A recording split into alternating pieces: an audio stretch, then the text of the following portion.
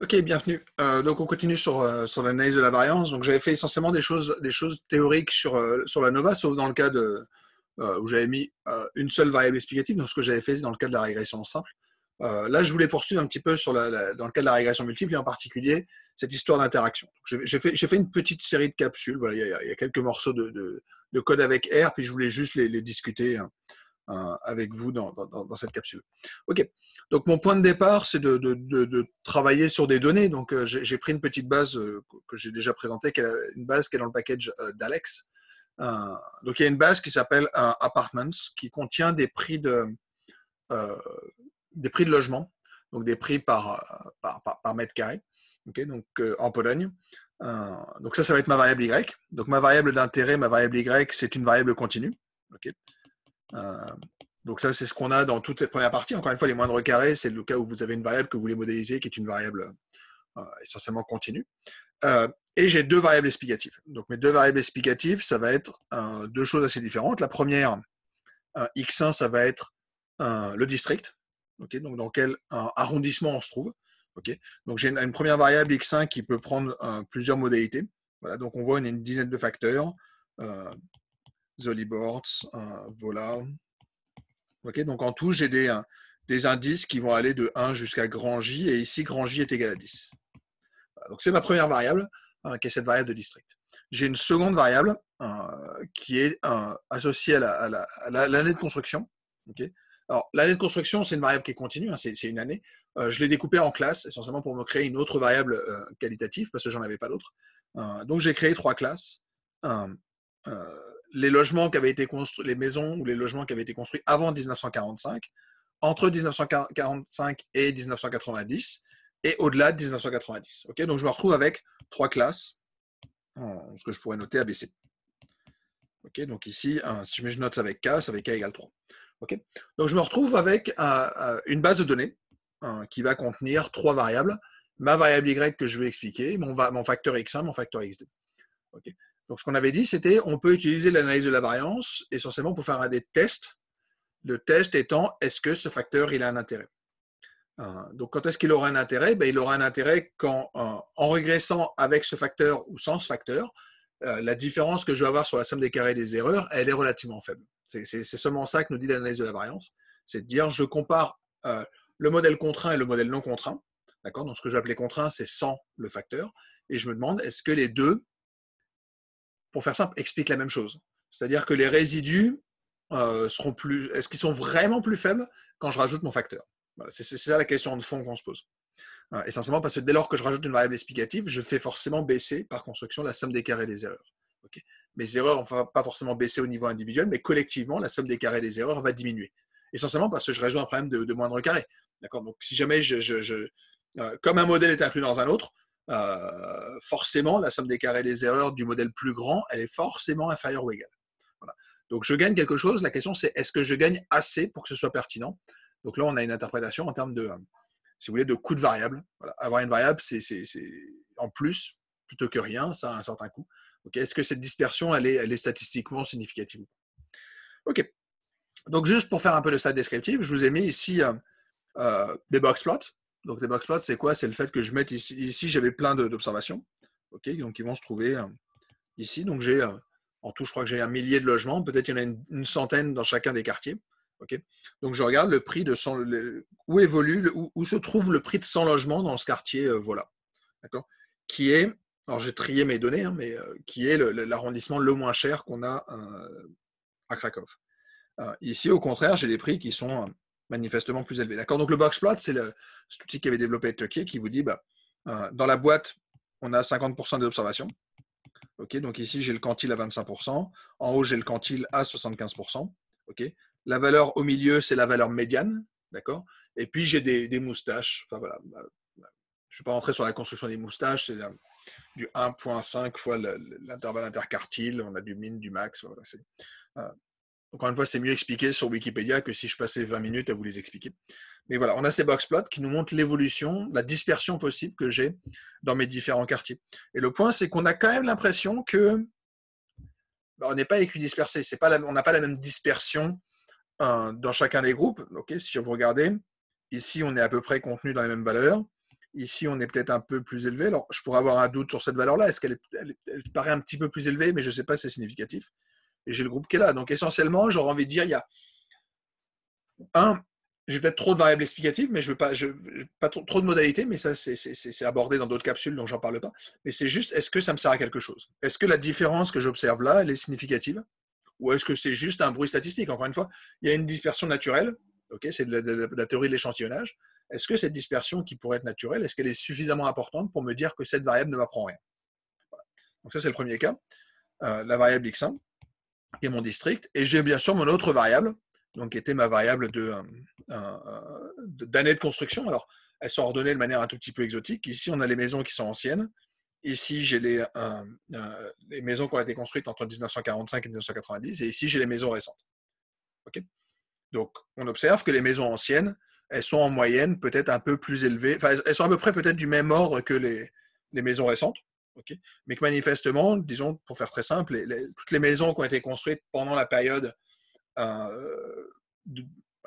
d'occupation de la Pologne, les prix des maisons sont un peu plus faibles. D'accord?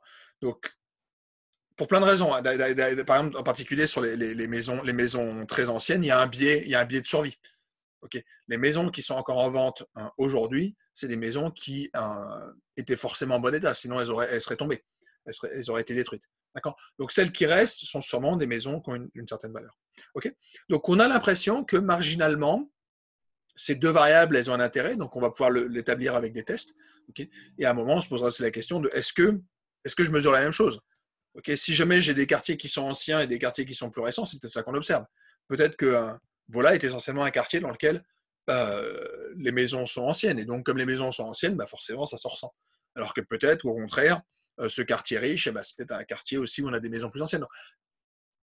Les interactions entre variables, c'est ça. C'est le fait que je ne peux pas supposer que ces deux variables soient indépendantes. Il y aura une capsule dédiée à cette histoire de ce qu'on va appeler la multicollinéarité. Le fait que mes variables ne sont pas indépendantes, ce qui va poser des vrais problèmes en termes d'interprétation. Okay, donc, je reviendrai sur l'interprétation des coefficients dans le cadre de cette capsule, mais ici, ce qu'on voit, c'est que si jamais les deux variables ne sont pas indépendantes, dans ces cas-là, j'ai peut-être besoin de tenir compte de cette interaction qui existe entre les deux, ce que je présentais donc dans ce que j'appelais la two-way ANOVA, c'est-à-dire une analyse de la variance avec deux facteurs. Okay, ce qu'on va essayer de faire ici. Donc, juste pour commencer, je fais une analyse de la variance simple, okay, dans le sens où j'ai cette fonction AOV qui s'écrit un petit peu comme une régression. La seule chose que je demande, c'est tout simplement, est-ce que la variance dans le modèle avec la variable explicative, c'est-à-dire celle-là, ou le modèle sans la variable explicative, donc sans mon facteur x1. Donc x1, encore une fois, c'est mon district. Okay, donc je vais comparer le modèle avec cette variable, le modèle sans la variable. D'accord, et je me demande tout simplement, est-ce que la variance que j'ai dans mes résidus, elle est significativement différente ou pas. D'accord, donc c'est ce qui est renvoyé un petit peu ici. Donc ici, j'ai des sommes des carrés des erreurs. Encore une fois, comme dans toutes les capsules, je vous encourage à essayer de les refaire à la main, d'aller vérifier les chiffres, de revérifier que vous arrivez bien à faire des calculs. Okay, je n'ai pas le temps dans les capsules de tout refaire, donc passer un petit peu de temps à essayer de le refaire. On renvoie la statistique de Fisher. Okay, donc je vous renvoie dans les capsules où je parlais de la statistique de Fisher. On a une statistique à 145. D'accord, donc je vous rappelle que la statistique de Fisher, c'est un ratio. C'est un ratio entre la différence de la somme des carrés des erreurs et la somme des carrés des erreurs qu'on avait dans le modèle de base, divisé par les nombres de degrés de liberté appropriés. Okay, cette statistique de Fisher, il faut que je la compare par rapport à une loi de Fisher. La loi de Fisher, elle a deux paramètres, donc c'est toujours un peu compliqué à regarder. Le point, c'est que, comme toujours, quand on a des tests, on a des p-values. Okay, faisons simple. La p-value, elle est plus petite que 2,10-16. Donc, c'est incroyablement petit. Donc, il n'y a quasiment aucune chance d'avoir une telle différence juste à cause d'un bruit d'échantillonnage. Okay, donc, la différence que j'observe entre le modèle contraint et le modèle non contraint, elle a du sens, c'est-à-dire que ma variable, elle m'explique vraiment quelque chose. Donc, de là, j'en déduis que l'hypothèse H0, encore une fois, l'hypothèse H0, c'était quoi? C'est de dire le coefficient associé à mon district 1, il est égal au coefficient qui est égal à mon district 2, qui est égal à celui qui est égal, il est égal à 0. Alors, ici, je mets mes bêtas comme étant des différences par rapport à une valeur moyenne ou par rapport à quelque chose, mais l'idée, c'est est-ce que cette variable, est-ce que est-ce que les modalités sont vraiment différentes? Est-ce que les moyennes dans chacun des groupes sont vraiment différentes? La réponse est non. Okay, donc on peut rejeter à 0. Avec une relative confiance. Okay, donc ça veut dire quoi? Ça veut dire que ma variable x1, elle me sert à quelque chose. Okay, donc le district est une variable que je vais devoir garder dans mon modèle parce qu'il m'explique fondamentalement quelque chose. Si jamais je regarde le cas juste en dessous, on a à peu près la même histoire, c'est-à-dire que si je regarde l'année de construction, okay, l'année de construction, quand je fais mon test de Fisher, je récupère une statistique, alors certes qui est plus faible, 24 au lieu de 145, mais j'ai beaucoup moins de facteurs, de modalités. Okay, dans un cas, j'en avais 10, là j'en ai que 3, okay, ce qu'on voit dans les degrés de liberté. Donc 3 moins 1, ça fait bien 2. Okay, et ça me donne une p-value qui est de l'ordre de 6, 10 moins 11. Donc on est sur une chance sur 600 milliards, okay, d'atteindre une telle statistique avec juste du bruit aléatoire. Donc on va rejeter aussi l'hypothèse que cette variable-là n'a pas d'influence, dans le sens où la valeur moyenne des prix des maisons, donc c'est la question, est-ce que la valeur moyenne du prix des maisons dans l'arrondissement 1 est égale à la valeur moyenne des prix des maisons dans l'arrondissement 2 est égale au prix de des valeurs dans l'arrondissement 3? La réponse est non. Voilà, la réponse est non, je suis assez confiant dans le fait que non. Okay, donc je vais garder cette variable-là parce qu'elle me sert à quelque chose. C'est ça que nous raconte l'ANOVA, j'ai fait le test de savoir si jamais ces variables-là, prises individuellement, me servent à quelque chose. D'accord? Alors, ça pouvait se vérifier, ça peut se vérifier. Alors, ça ne nous dit pas pourquoi. Okay, mais si on veut comprendre pourquoi, on peut regarder les tests, les t-tests. Okay, donc là aussi, je renvoie à la capsule que j'avais faite sur la régression linéaire simple, où j'avais fait tous mes petits tests à la main. Mais on a une fonction qui est cette fonction de pairwise t-test, okay, qui va tester tous les t-tests possibles, donc tous les croisements possibles de est-ce que la valeur moyenne dans l'arrondissement Zolé et dans l'arrondissement Vola, elle est identique ou pas. Okay, ce qui nous renvoie ici, c'est la p-value. D'accord, donc on a ici les p-values. Donc si jamais je suis si jamais mes valeurs sont proches, dans ces cas-là, je vais avoir